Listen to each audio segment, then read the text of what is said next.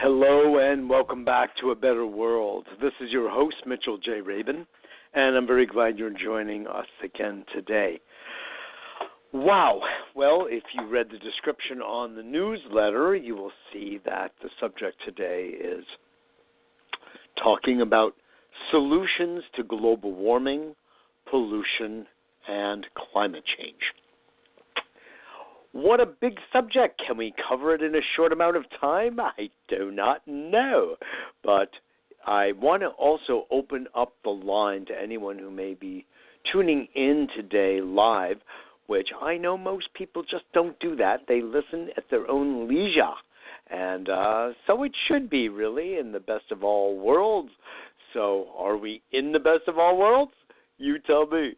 Anyway, I'm so glad that we have people listening and an expanding audience from all over the world. It's getting so interesting to see that we have people listening in from, let's see, it changes actually by the week, which is awfully very amusing in itself, but okay, certainly, and welcome, because I love that we have clarity about, wow, it seems like the female population is growing and growing, and the male population is shrinking. What does that mean? What does that mean? My work is appealing to women? I love it. I think it's fantastic because on that note, it's really the feminine quality of all of us, of the human being, that needs to really come to the foreground at this point in time. Sometimes it is linked to actually gender, which I prefer, but not always. It's that feminine principle, the yin principle, that is a principle and associated with the energy of the heart. And that is just what appeals to all beings. And it's the heart of compassion. It's the heart of understanding. It's a heart of patience. And surely that's something that we are rather bereft of in this world. And one of the reasons there is, I'd say, so much agitation, anxiety, and violence, quite honestly, not to mention testosterone-ridden society these days that hungers for money and power above all else. And this is one of the problems. And when we talk about solutions to climate change, if we do not address that, we are actually not addressing the core issue, and I'll get to that in a moment. But I did want to just say, oh my, we have a lot of people these days listening in Mother India. I think that's fantastic. One of my favorite places in the world. I've been there a handful of times. Love it every time. Just to South India, folks, so far. But I was just invited by a friend this morning, who's Indian, to Kerala, where he is looking to establish an alternative community, which I think is fantastic. And if any of you, anywhere in the world, would be interested in knowing more about it, just contact me at mjr@abetterworld.net, my email address, mjr, my initials, at abetterworld, the name of the show, I know you've noticed, .net, and write something about that Kerala in the subject line, and I'll know how to address that back to you, okay? But we have people, needless to say, primarily in the United States, but India at this point is a close behind, and South Africa and the UK and Canada, and then we get people sometimes from South America and other parts of Africa and Europe, and wow, it's just wonderful. And the point is that we're all in this together, folks. I mean, we're just all in this together worldwide. And to be overly concentrated and identified with our own distinct countries is just, I would just say it's an old world concept. It's great to be identified with one's culture up to a certain point, because our cultures of birth are, in every single case, rich and flawed, and it's just the way it is because we're human. And that's where the family of humans comes in, where some people are rich in art and music and dance, others are rich in science and mathematics and technology. And what happens when you put us all together?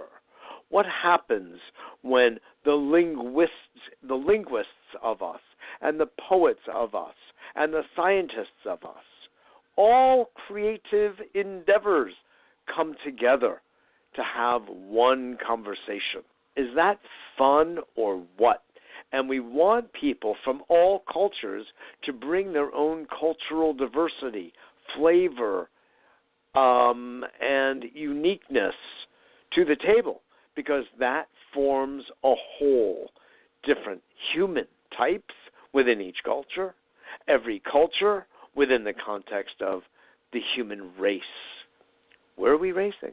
It's a funny word, isn't it? It's a funny word. Anyway, I think you all know what I mean.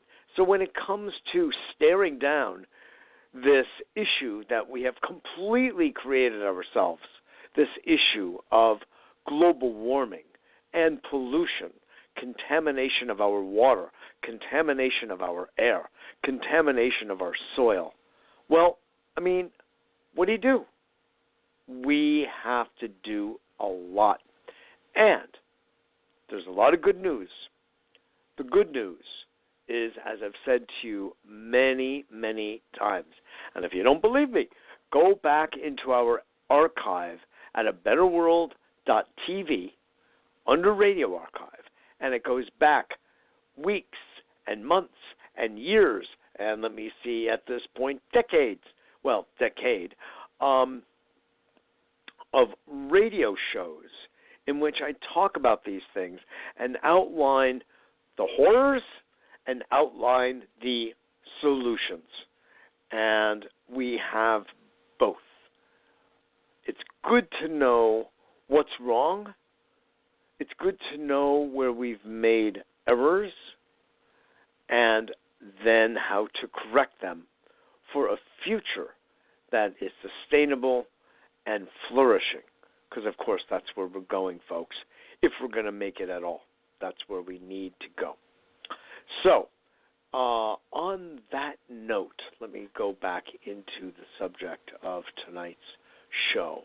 It's all a part of the show, but in particular, I want to just say that, first of all, I don't think I need, not to this sophisticated audience, to go into what we have created here, the nature of the soiling of our own home, and you know what, even personally, it doesn't sound very pleasant, but even of our own pants, we have really truly soiled at this point.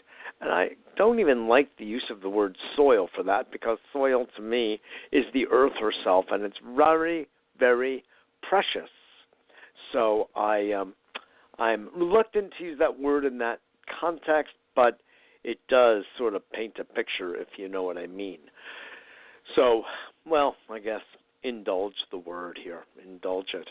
In short, my friends, there's always been one level or another of pollution, and it's really since, as far as I know, the industrial age, starting pretty much in the late 18th century into certainly the 19th, and forget about the 20th century, where the practices of industry, of manufacturing in England and then mainland Europe and the United States of America and then Canada and then Central and South America began to really flourish.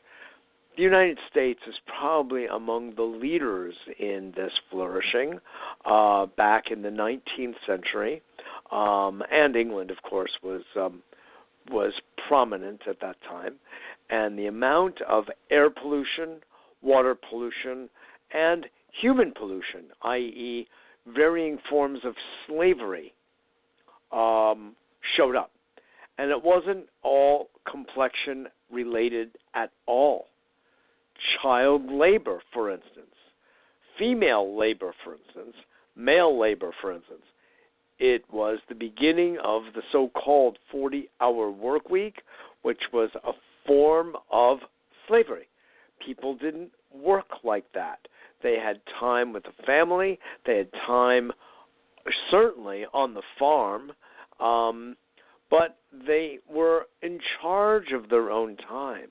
But when factories began to gain an upper hand in the economy, that was a form of servitude where in order to receive a paycheck, you had to put in a certain amount of hours. And people rebelled like mad. They didn't want to be harnessed and to be constrained in this kind of way. And people would sort of like play hooky. They would just not show up for work because it was so foreign to work so many hours, and especially under such difficult conditions, that they would go out at lunch and not come back, or drink and go a-pubbing and not return sober and couldn't do a good job then anyway. All sorts of stories emerged from the beginning of the institution of the 40-hour work week. And so you ended up with completely contaminated air. People were breathing this all the time in and out of the factory. Smokestacks galore were just spuming smoke of the most horrid, contaminating ingredients, chemicals of all sorts that the world had never seen. These are unnatural synthetic compounds that are emitted literally 24/7 into our atmosphere. You know, I have told the story many times that as a youngster, at age, I think it was 14, I was growing up in Connecticut, even though I was originally born and early years raised in New York. But my main growing up was after a brief spell in the Chicago area in Connecticut. And my father and I were driving on what's called Route 95, or the New England Thruway, through a city there named Bridgeport, just dotted with smokestacks. And the smokestacks are puffing out huge volumes of black, thick smoke, just spuming.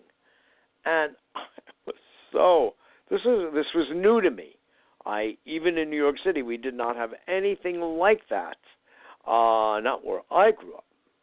And where I grew up in Connecticut also, we didn't have that. But, a few exits down the New England Thruway was this city. And there were the smokestacks.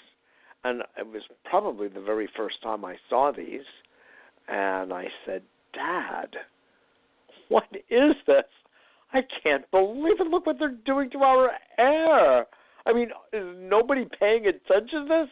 What politician would allow that to continue on like this without making an immediate stop to it, a penalty assessed, and a demand to filter the air or change the chemicals or change whatever it is that's actually creating this kind of emission? Anyway, he just kind of looked at me blankly and said, well, Mitch, that's just the way it is. It's been going on for a long time, and I don't see it stopping anytime soon. And I said, well, that's horrible, and we've got to do something about it because we have to think about generations in the future. Not to mention I was only 14 at the time, and in my own and all of our lives collectively. We can't allow that to persist. And that was the beginning of my environmental activism. I found out about some marches and demonstrations that were taking place right there in Bridgeport. And the funny story is I was so young, my father had to drive me to the demonstration so I could march. And he very patiently put up with me. He very patiently indulged me to express my deep feelings about this horrid affair of pollution. And in different ways, ever since then, I have been on the case. And from my point of view, I can't spend enough time addressing the issues of climate change, of extreme weather, of pollution. And I don't care if people believe in climate change. It's not a religion to be believed in. It's a state of affairs that is factually supported, that 95% of all scientists in the world, I think it's 90 to 95%, are in agreement with. I mean, I think you'd have to be a little dead not to see what we are doing to our environment through pollution and global warming, leading to this thing we call climate change.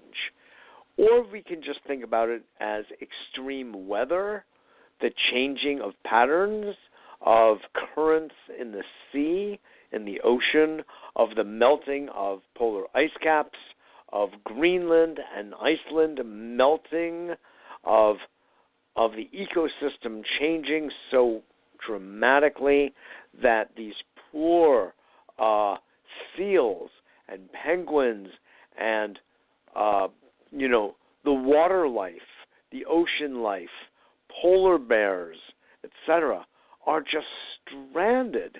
They don't know what to do. They don't know where to go. They can't forage for food in the way they always have because the ice is melting. They live there, and their entire habitat is undergoing radical transformation, and they're dying. They're dying en masse. And so are people blind to this? And now this crazy man, Trump, is allowing further oil exploration in these highly eco-sensitive areas of our planet? I mean, pardon me, but who the hell is anyone to authorize something like that? Nobody has the authority to do something like this.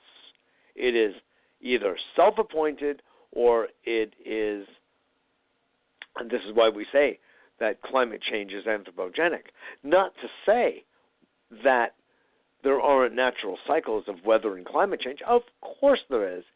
Everybody knows that. That's not new information.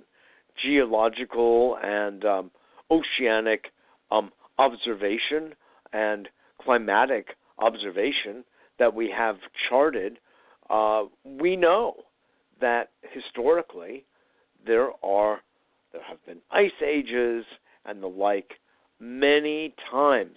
We're not saying that there isn't a natural phenomenon occurring, but there's a speed at which it occurs.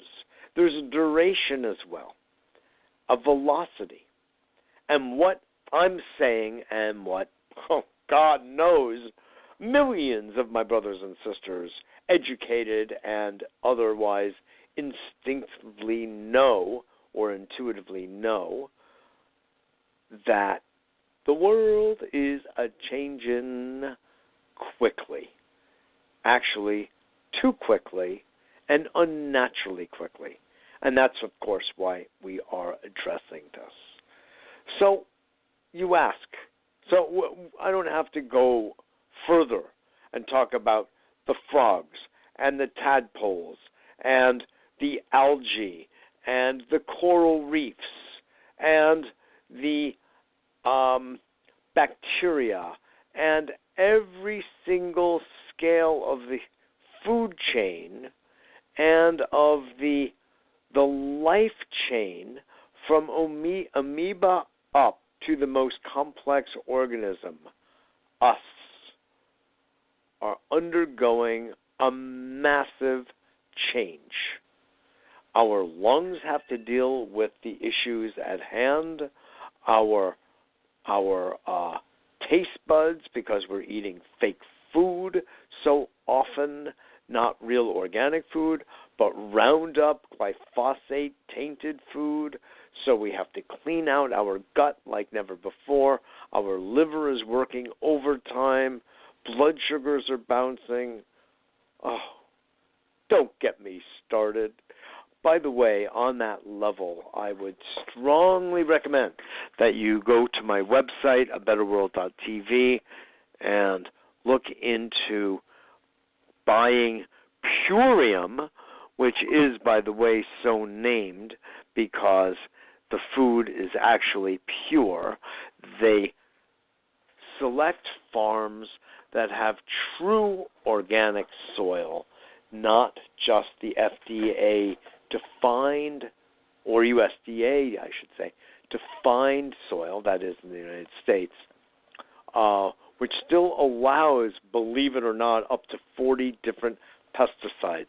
Even though it's called organic, it's not truly organic.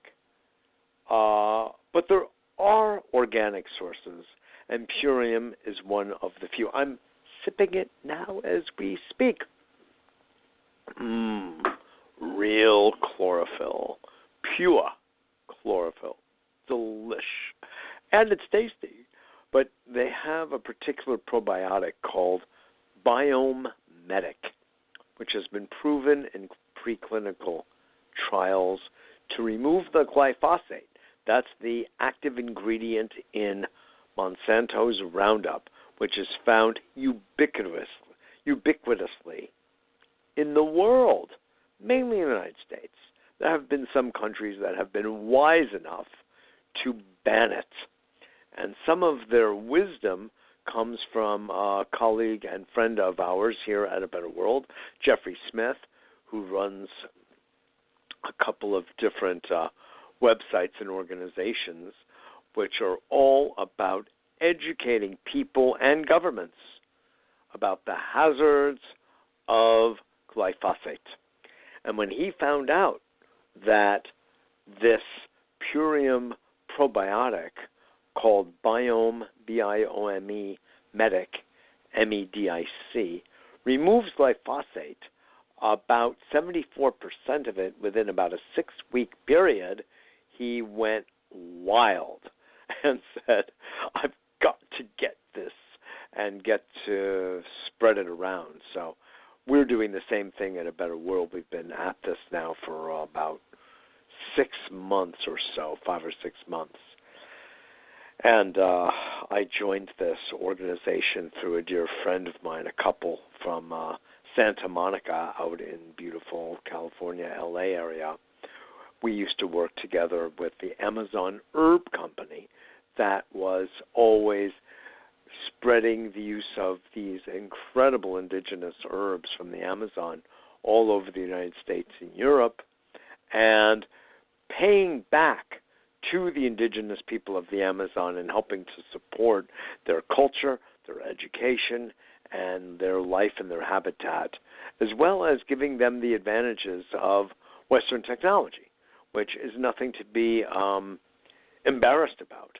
It's just there's only one thing to be embarrassed about, from my point of view, in this regard, is the cost to our environment about it and the greed that tends to infiltrate the businesses that produce and promulgate and propagandize the product lines. Yes, I do mean Apple among them. And it's too bad because the products themselves have so much value, but the overconsumption that they are pushing and pressing with the built-in obsolescence and all the stories around buy more, spend more are just ecosystemically dangerous. And it's more is not better. Less is better. Efficient is better.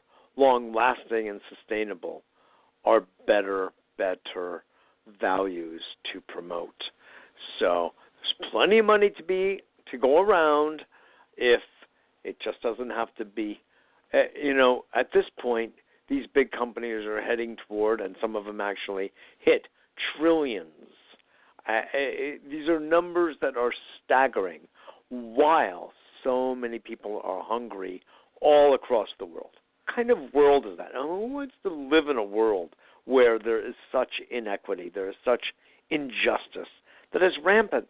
I mean, if you really think about it, folks, we have grown accustomed to a world of suffering of our own brothers and sisters every single day, waking up hungry, going to bed hungry, children, mothers, fathers, brothers, sisters, hungry or ill, unable to financially support themselves or even to provide enough food and water and shelter because they don't have a plot of land to grow food on or some such.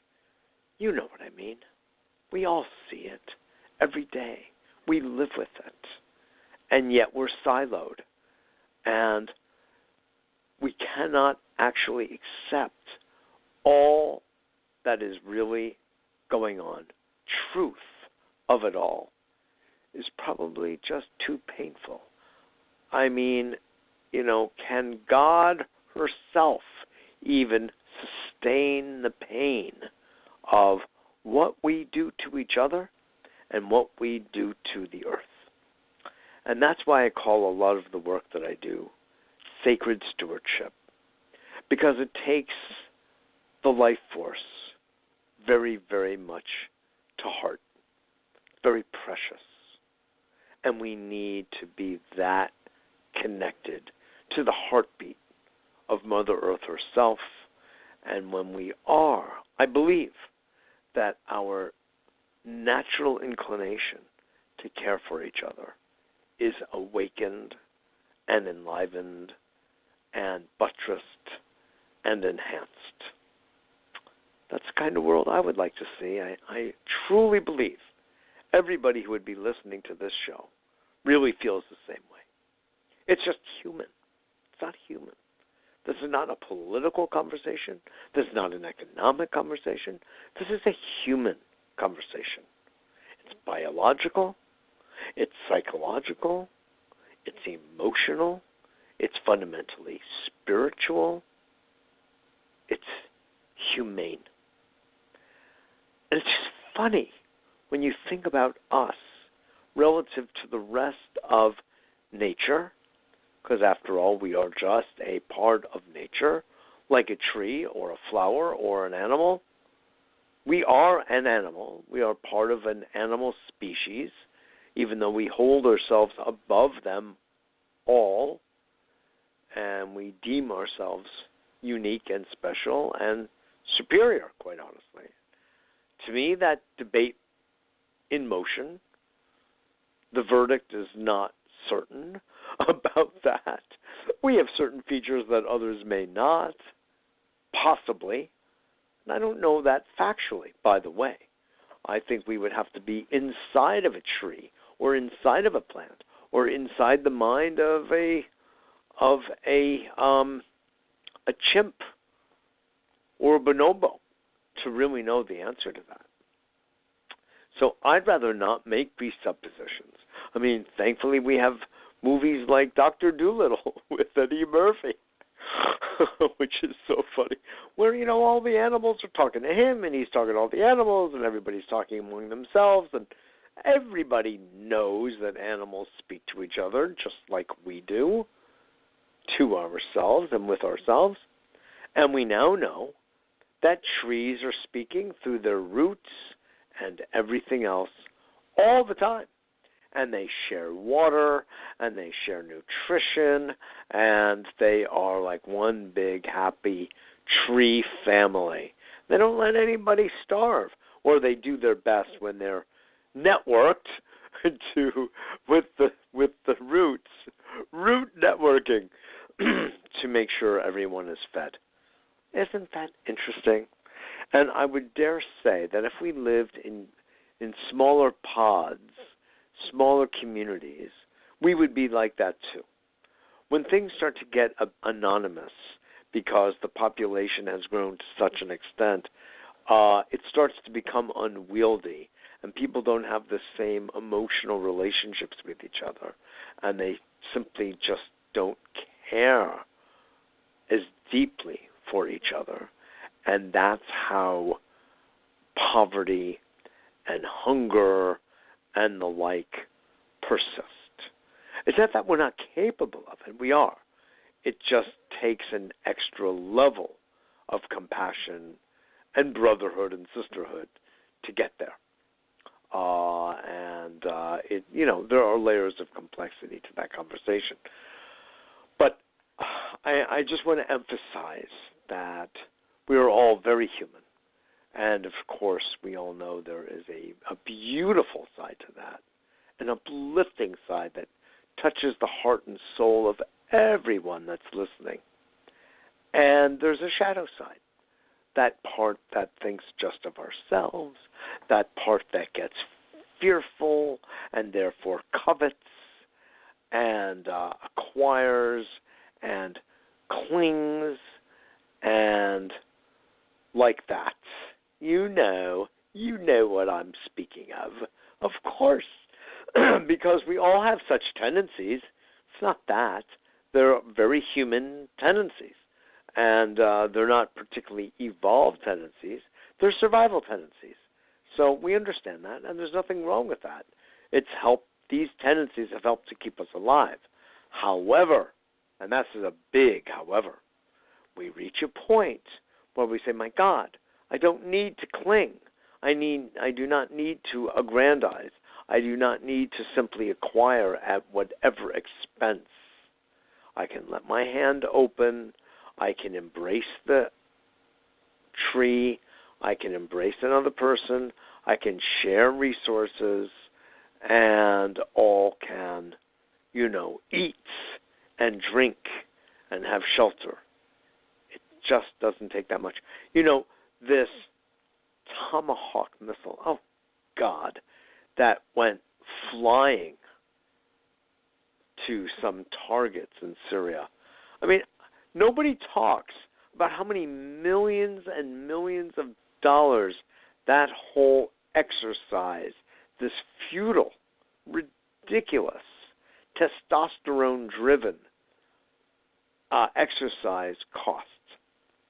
But you know what? We could rebuild New York City infrastructure, probably with what got expended to kill and to harm one night. Why don't people think about these things? Why don't people think about a proper allocation of money for actually helping people instead of killing them? Okay, I'm going to back up. You are listening to Mitchell J. Rabin on A Better World. Thanks so much for joining us. We're on the air every Wednesday evening and sometimes on Tuesday evenings, depending on what's happening. But you listen at your leisure anyway, so it's just fine. Of course it is. But I like that there is a kind of a reliable time each week that that A Better World will be on, but sometimes it just ain't possible, and I have to flex with the Tao. That's what I have to do. I have to flex with reality and go with the flow, baby, as they say. Please sign up for our newsletter, which we have on our website in the right-hand column. Let me make sure it's still there. Oops, oh my God. We had to take it down temporarily. It will be back. It will be back. I'm so sorry about that. We're doing some upgrade to the website and to our newsletter. So at this point, actually, if you want to get the free newsletter that comes out only once a week, you're not bombarded like I am bombarded. I mean, there's some people that, organizations and things that send out a dozen emails a day. We send one a week, sometimes, rarely, twice a week, once a week, that announces our Monday evening television show here in the Big Apple, 7 p.m. You can listen, however, online through our website. Just click at the very top where it says Mondays, 7 p.m. Eastern Standard Time. Click to watch, and then there will be another little click where it says Watch Live, and you will be on to watch from wherever because it's webcast, but at the time of 7 p.m. Eastern Standard Time on Mondays, and then, of course, the radio archive for the radio show. And we really do suggest you take the link and email it or, Instagram it or tweet it to your friends.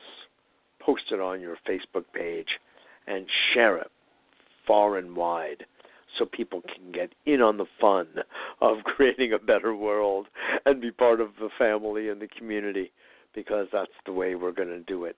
It takes massive quantum growth and collective energy to do it. So, let me return again to the subject here while we still have a few more minutes and look at something I said we would talk about here tonight, which is answers and solutions. Okay, first of all, there really are personal things that people can do, and it does make a difference. It's not the biggest things, but it does make a difference. If you take a look, I'm very fond of the work of Paul Hawken, who I've mentioned many times on this show, and is truly one of my heroes. He's written a score of books, starting, I believe it was in 1994, with The Ecology of Commerce. More recently is Blessed Unrest, in which he discusses the literal millions, if you can believe it, millions of organizations worldwide. They are companies, they are nonprofits, they are NGOs, non-governmental organizations, some of them connected to the United Nations, some not. Some are what are called benefit corporations, B corporations they're called now. Some of them are C corporations, some of them are S corporations, some of them are nonprofit corporations. Every single size and stripe are committed to social justice, economic and political, environmental justice. They are looking to make a profit, surely, in many cases. There's nothing wrong with a profit. It's a good thing. It's at what expense? So, looking at social enterprise business as a means of world transformation, as a vehicle for change, cannot be overemphasized, and it should not be underemphasized at all, because when you wed values, being a values-driven company, that putting people and planet before profit, you're going to become a whole lot more profitable without hurting people.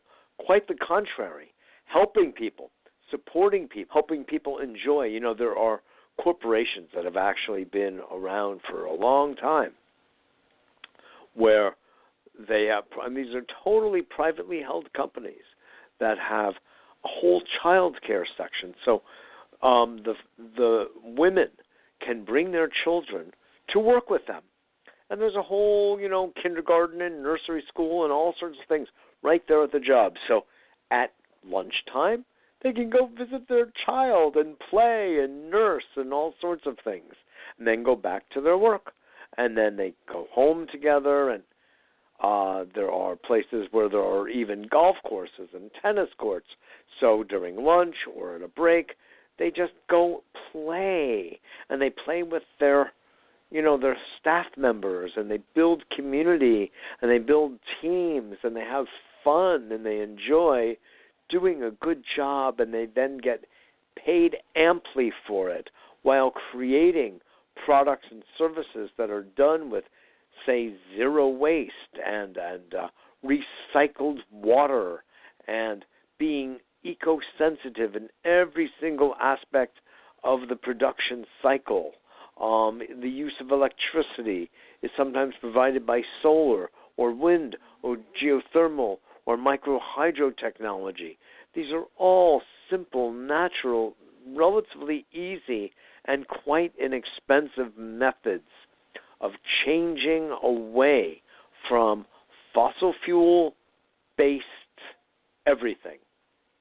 It can all be done on the grid or off the grid, for that matter.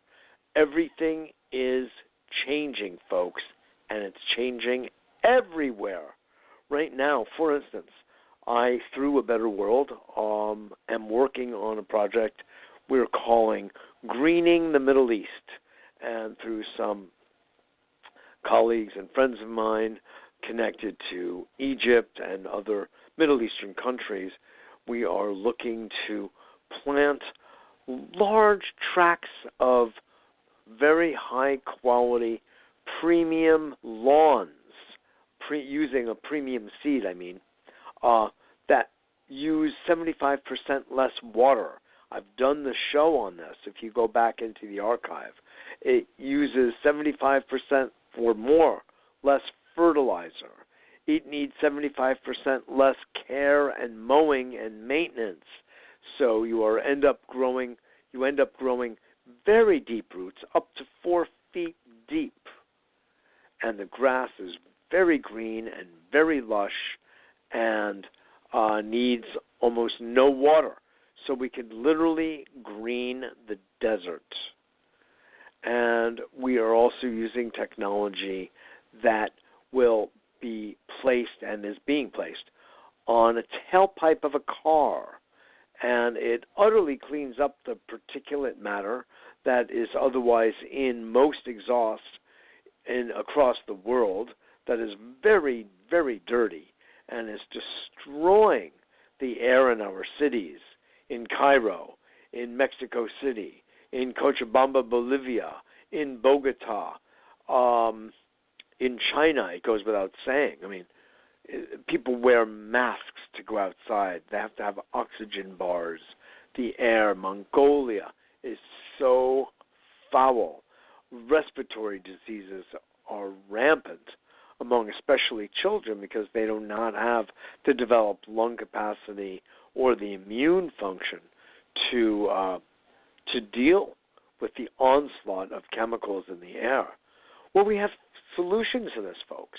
And the architecture of some of these ancient, beautiful cities, like Cairo, are being decimated because air pollution is corrosive and it wears down the buildings. We have solutions to all of this. We have solutions wherein we can create electricity for literally pennies on the dollar, a fraction of a penny per kilowatt hour. It's unheard of. But in fact, here at A Better World, we're working on these solutions. We have them. Microhydro is being done all over Africa, for instance. Just one small thing. But it's not so small, because when you make these systems, these technologies systemic, you're starting to really change the balance of CO2 in our atmosphere. It starts to reverse the effects of climate change. It starts to affect the dropping of temperature. It starts to slow down the melting of the ice caps, and it can be done. First, it's wise to even believe it can be done. Even with all of the horrific damage that we have already created, it can still be turned around. Yes, it is late in the day. It is near midnight. It's true. There is so much damage, and it becomes a spiral, and it becomes precipitous, where we don't know what other little, cog in the ecosystem world needs to be debilitated before the whole thing is thrown off. And there's a kind of a quantum shift in everything. And it really can happen, in a sense, overnight. But we're not there yet. It's happening in ways with the extinction of species occurring every single day. And, yes, it could be argued that, well, it's always been the case. There are always extinction of species. It's true. My point is not that. My point is, at this rate, with this rapidity, and the answer is actually no. It's not at this rapidity naturally, but that is what we're dealing with now. So there is an ecosystemic collapse that we are witnessing and that we are actually living with and through right now, and it is reversible. Now, one of the points that Paul Hawken makes, and I am seeking to have him on the show in relatively soon, that is that you're going to be surprised by this. But one of the top items that his team, his drawdown team of literally hundreds of PhD scholars in environment, in IT, in a whole slew of different disciplines and multidisciplines came up with is the education of girls as one of the chief features. It's so interesting. You would think that it was the changing of fossil fuel to renewable. I mean, that's something that I'm after big time, and I completely stand behind that as one of the key features of affecting global warming and temperature change. But in his research, it shows that the educating of girls is so critical. And think it through. If girls get educated in developing countries, let's say as in Africa or Southeast Asia, then the cycle, getting married at 12 years old, they haven't even hit puberty, 12, 13, 14, 15, 16. And then before they know what life is, they're bearing children. And what are they going to do as a mother at 14 or 15 or 16 years old? They're going to take care of their children. There's a natural, obvious, biological instinct to do so, which means they're not going to have the time in the day to crack open a book or to develop a solar oven or to do the things that might further their own education and own personal development, because they're focused on, at that point, raising children, and they're still a child themselves, for all intents and purposes. So to stop that population cycle, let me say to delay it, to slow it down, to reduce it, reduces the drag on the daughter, on the girl. She's allowed to mature herself, and the statistics show that when a girl gets a chance to have an education, she is greatly delayed. That's not the right word. Choose to have children or be married until a much later age, like at least after 25. Education starts to become very interesting to them, both high school, undergraduate, and sometimes graduate school. And then they start to become a different type of contributing member of society, not just bringing forward children, which has got its own value and importance. Don't get me wrong. But it might be 2 children at age 27 or 29 or 32 instead of 5 children by 18, all uneducated and all therefore materially poor and economically poor, and then become a drag on society instead of contributing. You see, so if you follow through the logic, why educating girls, even though you would not think, it's a bit counterintuitive at first when you hear it, But when you think it through, you go, of course, there's an entire cycle that gets generated here where this becomes so vitally important to the shift in climate change. Because then resources are used differently. In Africa, they burn a lot of wood for cooking, for instance. But when girls get educated, they make different types of choices. As I mentioned before, there are solar ovens. We here at A Better World are about to distribute an item like that. It's actually a solarized barbecue, a solarized grill that just can be kind of set up anywhere. And there's no smoke, and there's no carbon burn, and there's no wood, there's no ash, none of it. Completely short-circuited for a very low price, just as an example of many. So I want to bring this to bear. Needless to say, there are so many more items, and I just want to engage you all in this, first of all, kind of thinking that it's easy to just call it doomsday. It's easy to say, I can do nothing. I am powerless in the face of a major world and multinational corporations who rule the world, as David Corton educated us about many, many years ago. And,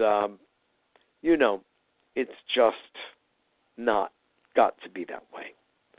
That when we speak our own truth, when we act in accordance with the truth, when we coordinate and cooperate with other people, this is what has kept us alive all of these years. It's not the so-called Darwinian myth of the survival of the fittest. That is not a proper understanding of what he was promulgating, but it's been misinterpreted, and it continues because it has certain economic and political features that benefit the few and not the many. The way we have survived as a species is through the development of oxytocin, bonding, love, affinity, smiling, laughing, humor, storytelling, dancing together, making music together, rituals together, celebration together, ceremonies together, hunting and gathering together, sharing food together, building families and networks together, enjoying each other. That's how we've survived, folks. It's cooperation. It's community. It's all those good C words. And it's not the dog eat dog. Dogs don't really eat dogs anyway, so we surely don't want to be part of that. We want to ascend to our higher nature. As I have so many friends who say, we are spiritual beings having a human experience. I say, we are animals trying to have a human experience. Let's approach it that way, from the ground up. Let's start becoming human. And then, in our higher humane nature, we will touch God. We can touch the preciousness and sacredness of the life force itself and become reverent from that place. I think that's a whole lot more useful, bottom up instead of top down. Anyway, having faith through one's own actions, by the way, not blind faith, but faith that one knows one will continue to do the right thing, act in integrity, as though someone is watching, including oneself, and just keep doing the right thing, whether other people know it or they don't. This is what Gurdjieff used to talk about as work in silence. Just do the right thing, whether you're with others or whether you are alone. This is the human gig, right? Okay. I think I've made my points. Education Anticipation is key. Hope is a state of mind. It is a state of being. It doesn't mean that we know what the outcome will be, because we don't. But if we align the way I'm describing, increasing the probability of success. Nature is wondrous. Nature is what we would call miraculous. But a miracle is really a function of nature, as St. Augustine said, about which we know very little. So we call it a miracle as though it is simply God-given. Well, it may be God-given, but it is part of our godly enterprise, and we can engage that miracle anytime we choose, when we focus enough and collectively put our energy behind an idea and execute and implement and apply. It can happen. Yes, thankfully, we have creativity that has given rise to technologies that can really help us move along. I mentioned the wind technology. I have, a group that does amazing solar activity all over the United States, and they're looking to spread beyond and have to some extent, and I'm seeking to help them spread their genius in what they do. We have water technology that can take any body of water and clean it up and recycle water where there's just very little in a given region and use it over and over and over again for wastewater, as well as for creating potable water, that is drinking water. It can be used for fish farming. These are the things that we do here in A Better World. And when you provide nutritious water and you provide nutritious food, and people have a livelihood of some sort, so they have some sense of comfort and security, boy, oh boy, can they get along with each other and build a better world. When people are hungry and feel insecure, food insecure, water insecure, that's where we have trouble in River City, folks. And we can do something about that everywhere. We've got the mindset, we've got the heart, we've got the technology. So we can really change the future if we collectively gather. And that's what A Better World, of course, as you know, is all about. Personal health, planetary health, and people and planet before profit. So listen, I want to thank you all for joining me this evening. It's always a pleasure. Mitchell J. Rabin for A Better World. Know that we have coaching services, energy balancing services. We have DVDs that we make available of our TV interviews and video interviews. Some of them are on YouTube. They can be bought as DVDs on our Amazon store, which is, if you click store on our website, you can access. And we love when you give us your feedback at mjr@abetterworld.net or call us at 212-420-0800. Your feedback is really important to us. Your suggestions, what you enjoy, what you don't enjoy. We want to know it all. It helps us become more and more effective in our work. So thanks again, and if you want to get on the newsletter, at this point, just write to me at that email address, and we'll do it manually, mjr@abetterworld.net. Mitchell J. Rabin signing off. I look forward to seeing you all